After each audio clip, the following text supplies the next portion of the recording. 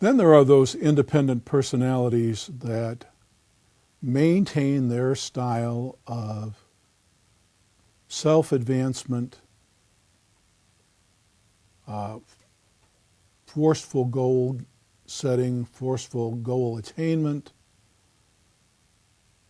very actively.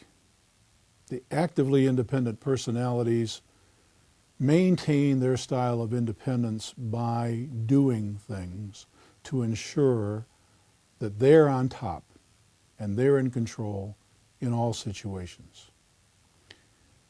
I like to say at most of my workshops, just like in real estate, you learn that there are three things that matter, right? Location, location, and location, right? With the actively independent, or as I term, the aggressive personality, there are only three things that matter.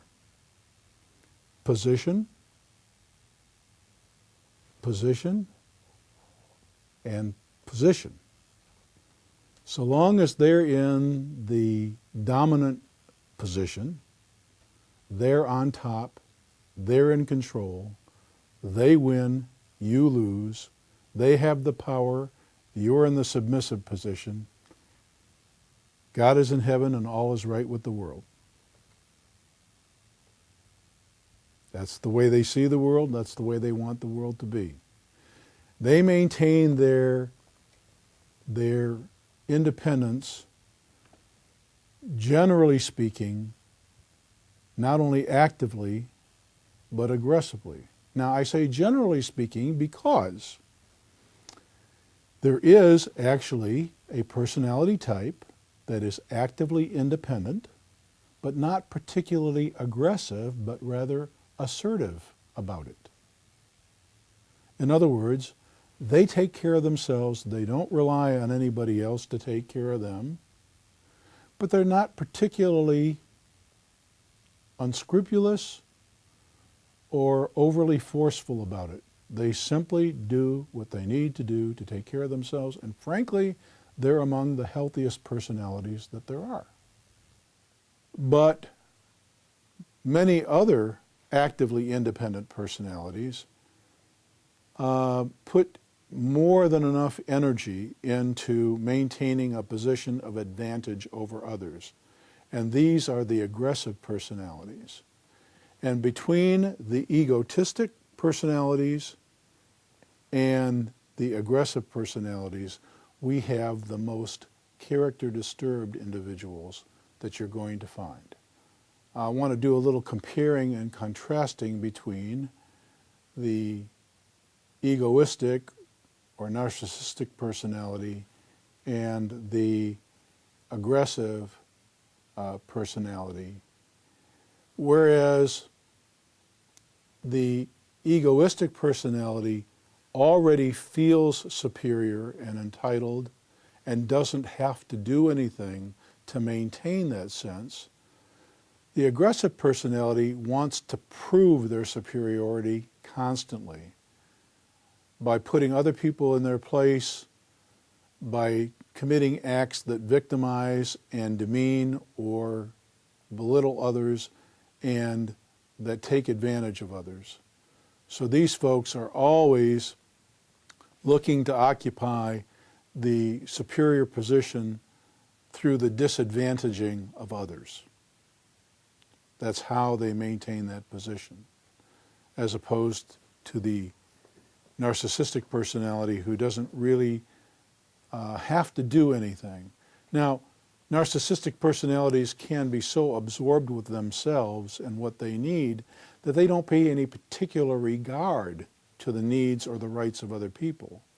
So they do end up hurting people in relationships. But it's not like they set out to do that deliberately to maintain their independence. They just don't particularly care very much because, after all, nothing else matters except them. So it's not that they actively trample the rights and needs of others like the aggressive personalities do. It's just that they don't pay any particular regard to the rights and needs of others. They don't stop to think. Often they don't even care. Okay? It's not their business. Their business is them. They're all consumed with whatever they're all about. You don't really count. So how you end up getting hurt is they don't pay any attention. And if you're one of those folks who's not particularly assertive yourself, right, and you don't make it your business to take care of yourself, and you're kind of looking to them to show some regard for you, well, newsflash, you're just out of luck, right? Because they're too absorbed with themselves to bother, all right? Now, if you happen to be hooked up with an aggressive personality and you're not about the business of taking care of yourself, you really better be careful, because how they're going to maintain their position of it. Remember, there's only three things in life that matter to these people.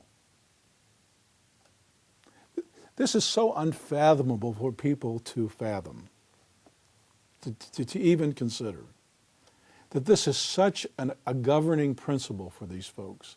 And it's so pervasive, too.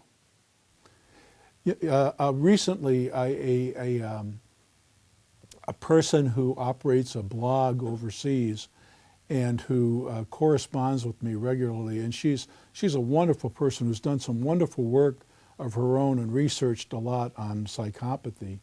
She did some research that bore out the fact that that contrary to popular belief, psychopathic individuals, the individuals who are ruthlessly aggressive and have no conscience, actually do commit suicide sometimes.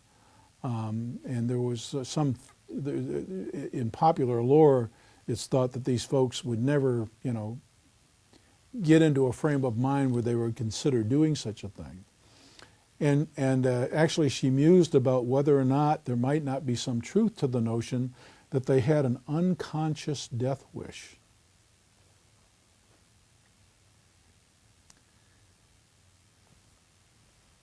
This point is really important to make. The issue of position with these folks is so encompassing and so pathologically intense that if they can't be on top, they'd rather be dead sometimes. This is what defines them as far as pathology goes. It's so disquieting to them, so reprehensible, so abhorrent, so internally revulsive for them to think about themselves being in the losing or submissive position, that they will take that way out when the jig is up, basically, and they can no longer occupy the dominant position. But it's so unfathomable for most people to think about somebody being so consumed with the notion of dominance that it literally wreaks havoc not only in their lives but in everybody else's life. But this is what matters to the aggressive personality: position, position, position. And as I mentioned in my book, in a section when I'm talking about some of the most destructive assumptions that therapists have traditionally made when dealing with clients, one of the assumptions we've always made is that you don't want to do anything in a therapeutic encounter that will throw a person on the defensive. So you don't want to be so affronting in any of your manner that they clam up or even become resistant to you. Well, this is a notion that has almost no application whatsoever with an aggressive personality, because the fight with you began long before you ever met this guy or this woman. Folks who are predisposed this way are they're literally a constant walking, talking, running battle, just looking for a situation to dominate. So the fight with you has begun long before you even meet them the first time.